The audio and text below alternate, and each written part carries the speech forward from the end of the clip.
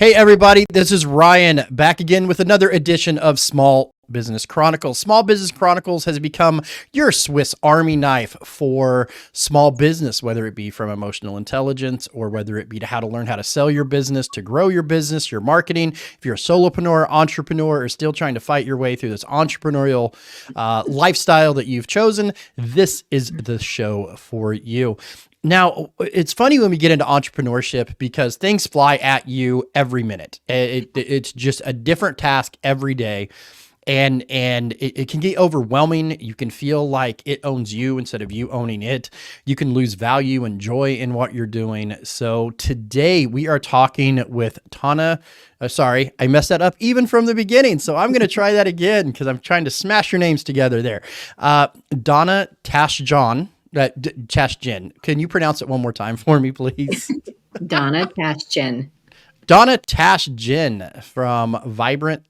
Say that one more time too. Vibrant Living International. Let's try that again.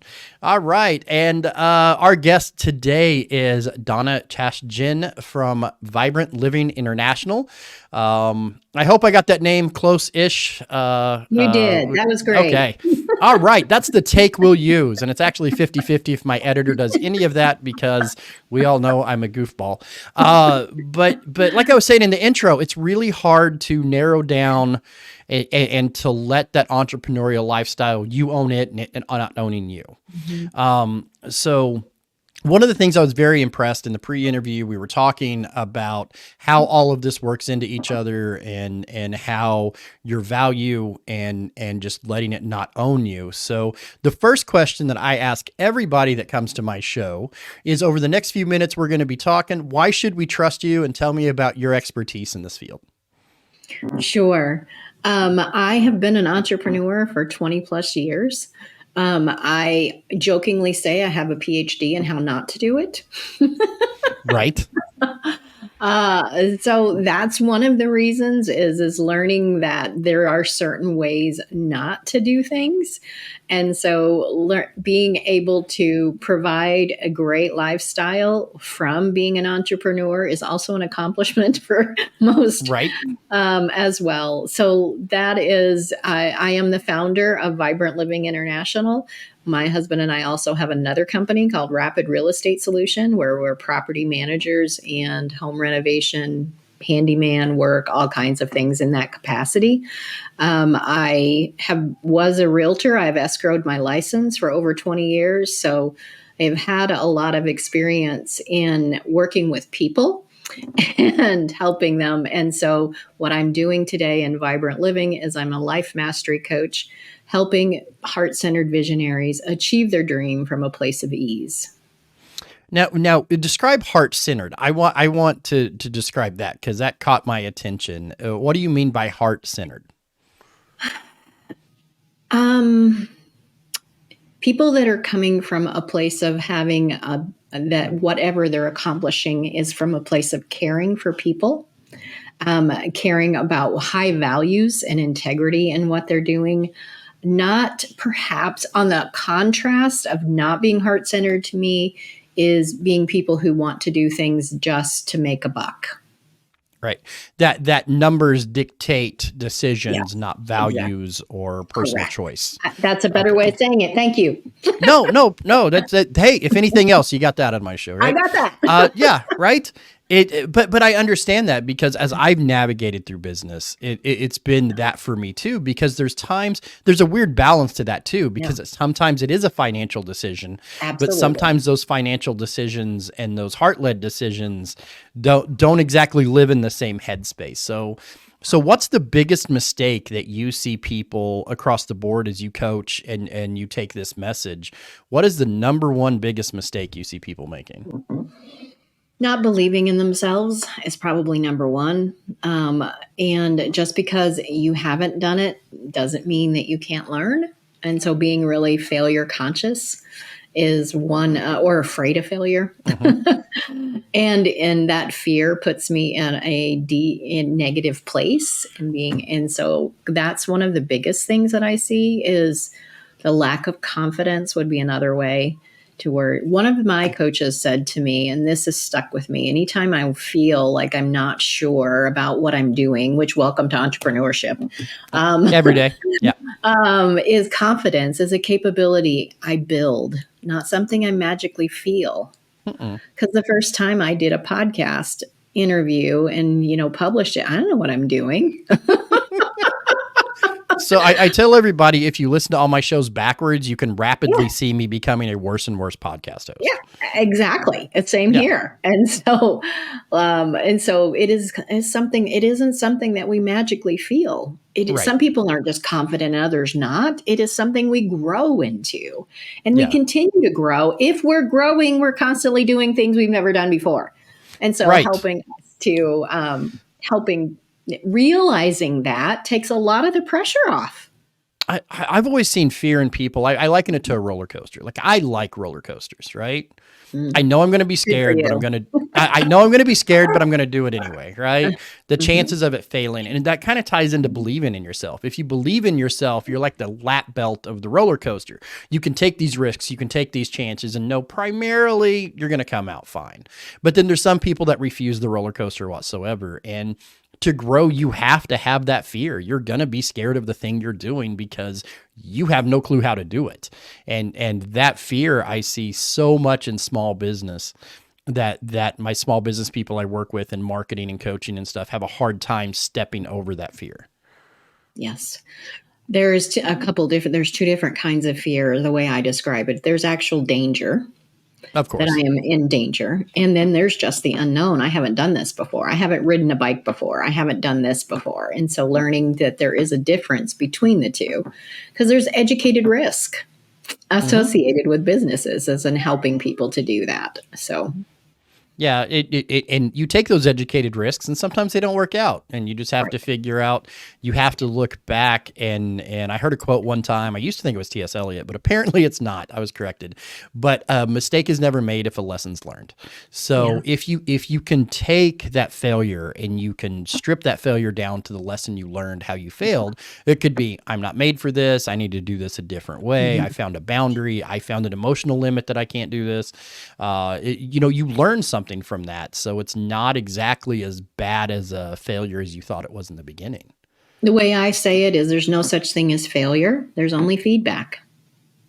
That's true. That's true. And we have to be kind to ourselves, giving ourselves, because sometimes ourselves are what get that feedback to ourselves. And we have to be reasonably gentle and kind with ourselves when we give them that feedback. Yes, absolutely.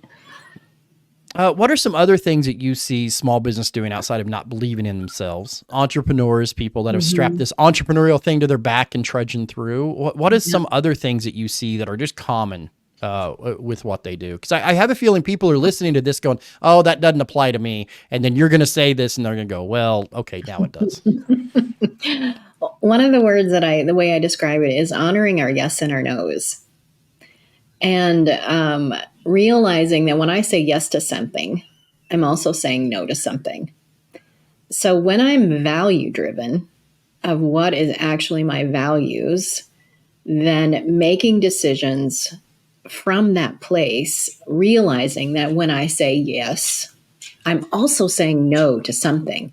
And that could be my health. It could be my family. It could be all kinds of situations, but realizing every time I say yes, I'm also saying no to something. And so counting the cost of what that actually is as I say it, creating white space for quiet time is another important component. Yes. And I remember when I was challenged to have more stillness in my life. And I'm like, well, I don't have time for stillness. Don't you see everything I've got to do? And when I actually charted it, I'm a planner girl, so I have charts and graphs and all the things. And I charted it, and my income doubled that year that I added more white space, more stillness in my life. You know, there's been many studies that after a certain amount of hours, after a certain amount of thing, you become Yes, you become effective. absolutely. So if you was to spend that time relaxing, drinking tea, reading a book, Yeah. playing video games, whatever it is that gets you out of your head, and Yes, that I found that out too. I have hours I will work. I have hours I set for myself. And I don't work outside of those hours anymore. And now I look back at the last few months I've done this, and I actually get more done, and I feel better absolutely. about my days than coming in at 6 o'clock in the morning, go home at 7 at night, sitting thinking about Absolutely. things, just putting up that boundary to say I'm done with my day, and Yes. I'm going to move on to the next thing. Absolutely. That creating the white space so that you can have fun. One of my coaches said to me early on is how the level, what if the level of the time you take care of yourself equaled your income? And I said to her at that moment, well, no wonder I'm struggling if that's true, because Correct. there is no self care. I take care of No. everybody else. And then my two businesses, let alone Right. take care of me. And so learning to be able to say no, that I'm sorry, I'm busy. I'm laying on the couch reading a book, but I'm busy. I Mm-hmm. can't do this. And realizing that that's okay, that it's actually going to relax, to have fun, to enjoy while you're building, and say no to those things that don't feel in alignment, that Correct. don't one of the worst mistakes I ever made in a business transaction. It lasted it almost a year. It was horrific year, and it was a big failure. Is some My business partner said, "This is what I think we should do," and this came out of my mouth. Well, I guess I don't have a choice, and Mm-hmm. it was horrendous. We always have a choice. Always, always. We Always have have a choice. we always have a choice. We just always are going to have consequences too. Absolutely, You until I know, did by saying those words. yeah. Well, consequence to me, one of the things in my travel is I've learned that consequence is a neutral word. It does not mean positive. It does not mean Mhm. negative. If I drink water, the consequence is I'm It's the hydrated. results. Yeah, that's it. And people like consequence, we've made it such a bad indentation, Yeah. is that in your brain, if you can go, what's the consequence of this? And look at that in a neutral way. Look at that in okay, if I take this one, I'm not going to be able to do the thing on Saturday because I've agreed to work Mhm. Saturday, but then I get this, I don't know, cookie from my boss or whatever, Right. whatever it may be. So when you look at that breadth of consequences, you can figure out which way to make your own choice instead of just those snap decisions.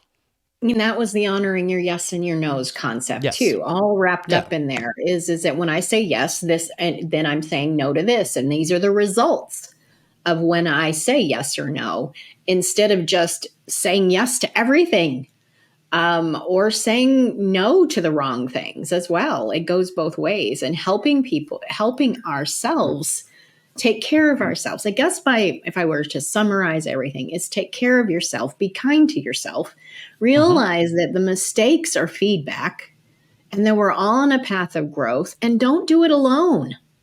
Get No. support, get help. We do not have to, in today's technology, to do this alone. Find someone who's walked the path before you and learn from them. We don't have to DIY it. We don't have to No. be all by ourselves any longer. And working as a community, it makes everything better. Absolutely. And I think we live in the day and age of we do have those communities. Yes. You can find places on the internet, whether it be Facebook or LinkedIn or Reddit or wherever you Mhm. find you find your little community. And then as we were talking in the pre-interview, there's podcasts now. There's a whole Mhm. podcast for if you want work-life balance. There's a slew Mhm. of podcasts you can go out, and it's like marketers and marketing. You have to find the right one that resonates with you. So Right. you're go out and find that community and draw that Mhm. support and draw those ideas from that community. As a visual editor, there's a whole community of us that if I get stuck on a project, I can drop a message in there and go, how do I make this do this? And then a million people run. I think there's people out there that are way more giving with information than what we're Yes. thinking on. And Yes. there's nothing wrong with asking and getting an answer from outside of yourself too. You don't have to figure Mhm. everything out on your own. Absolutely. It's much more wise not to. it's you don't always have to have all the answers. You just kind of have to know where to get them.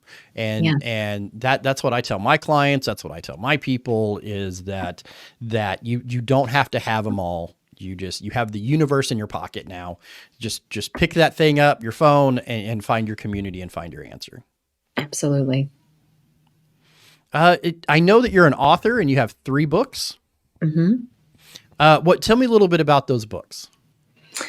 Well, they were written a few years ago, so I probably have another one in the works. One of them was called An Umbrella on a Sunny Day. And what the book came from is when it's sunny outside, but I'm expecting somehow it to rain. It's waiting for the other shoe to drop, kind of a feeling. So I am going to bring my umbrella because it's sunny for me, but I know the rain's coming.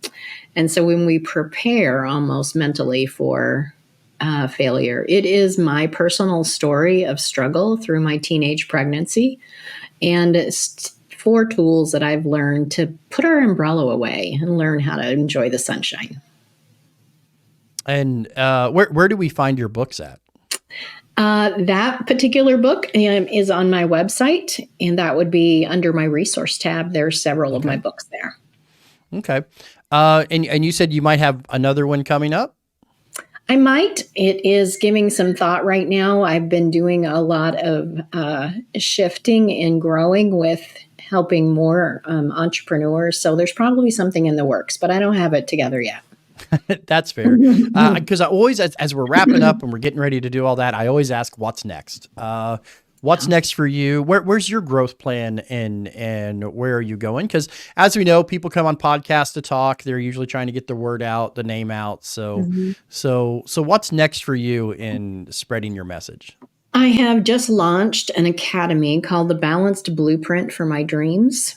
And it is 90 days to a regret-free life. How to build that dream that you have from a place of ease and learning how that comes. And so creating a new blueprint so that you can achieve that. So that's my latest thing is the Balanced Blueprint Academy. And where do we find the information for that? On my website, on my homepage, everything is there. But can you give us the address to that? I can. It's the letter I, vibrantliving.com. Okay. And so you go there, you can find your resources, how to get a hold of you, and what you're all about. Donna, thank you so much for coming on the show today. I love talking about this stuff because everybody has their own personal journey, and I feel I feel like me and you are kind of in that same area of how we talk to people and how we get people through their businesses and stuff. So thank you once again. If you want to check out more shows, go to smallbusinessdelivered.com. You can check out me there. I'm the pretty one of the crew. And then we have Cash Miller. He does marketing masters and emerging brands, franchise on the rise. And we got Neil DiPentino. I used to work with a little guy. You might know him, Kevin O'Leary. He's going to talk to business coaches, stuff like that. And he's going to, he's going to help you with knowledge from business coaches as they navigate and dissect some of their biggest successes and failures. And that would be on emerging brands. Once again, that's smallbusinessdelivered.com. And if you want to sit here on a podcast and do this thing, this is brought to you by Titan Media Works. Titan Media Works. We do podcast booking and we do podcast production. It's out of the box. We let you do all the fun. We're the people that do all the heavy lifting of making you look good and sound good.